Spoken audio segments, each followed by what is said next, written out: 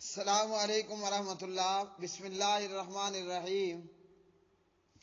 پیارے بھائی عابد، آپ کا سوال کہ امام ابو حنیفہ رحمہ اللہ تعالی نے کیا صحابہ کرام رضوان اللہ علیہ مجمعین یا کسی ایک صحابی کو دیکھا، اور اس طرح کیا امام صاحب ابو حنیفہ رحمہ اللہ تابعی تھے یا غیر تابعی؟ تو پیارے بھائی، اس معاملے میں علماء کرام کے مختلف اقوال ہیں۔ بعض نے کہا کہ امام ابو حنیفہ نعمان بن ثابت رحمہ اللہ تابعی تھے، اور بعض کہتے ہیں کہ امام صاحب ابو حنیفہ رحمہ اللہ تابعی نہیں تھے۔ حضرت نعمان بن ثابت امام ابو حنیفہ رحمہ اللہ تعالی کی پیدائش ہے 80 ہجری۔ تو مختلف نے کہا کہ امام صاحب تابعی ہیں، اور بعض نے کہا کہ امام صاحب تابعی نہیں ہیں۔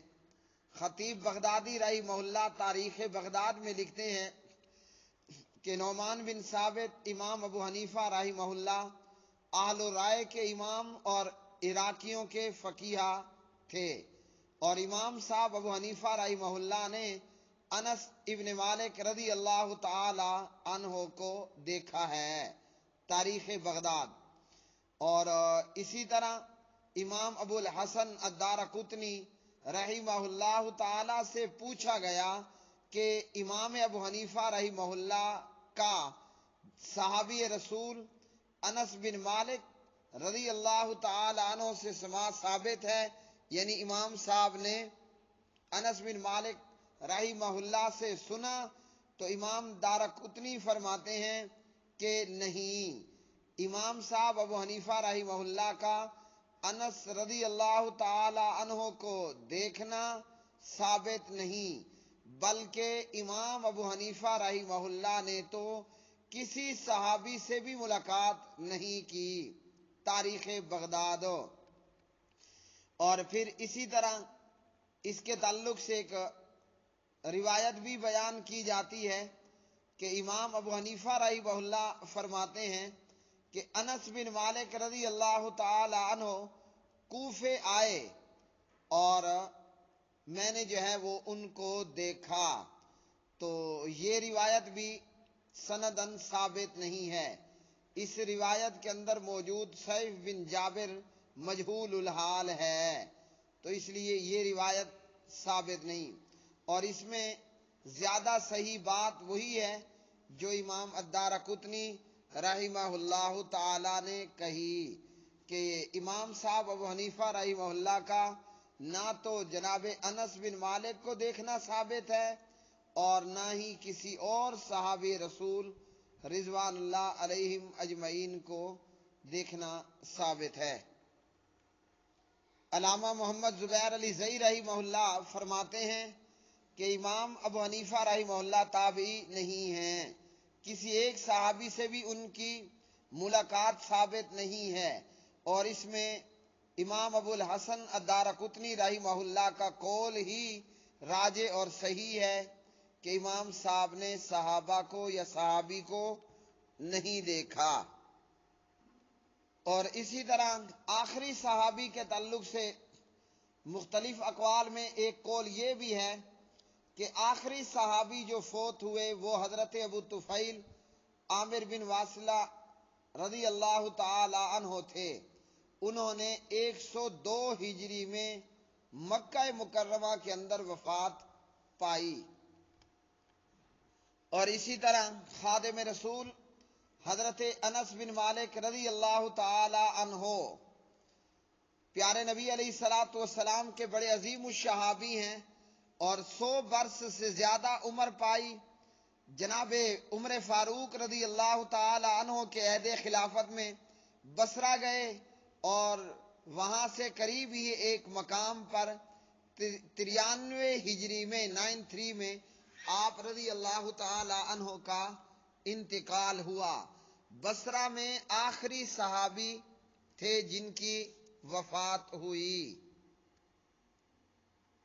اور اسی طرح اس کے ساتھ یہ سوال کہ کیا امام صاحب ابو حنیفہ رحمہ اللہ نے کوئی کتاب لکھی اور ان کی طرف منسوب کی جاتی ہے کتاب مسند امام اعظم؟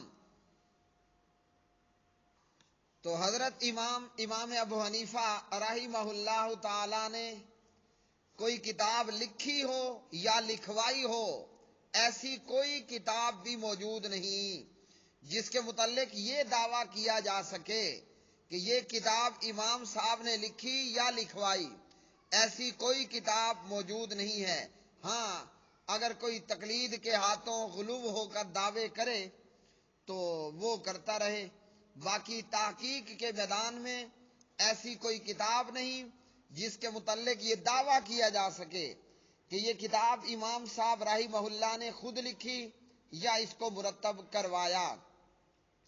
مسند امام اعظم کے نام سے جو کتاب مشہور ہے، اس کے مقدمے میں خود دیوبندی عبد الرشید نعمانی دیوبندی نے لکھا کہ جس کتاب کا ترجمہ مسند امام اعظم کے نام سے پیش کیا جا رہا ہے، یہ در حقیقت امام عبداللہ حارثی کی تالیف ہے، اور یہ شخص عبداللہ حارثی اس کے تعلق سے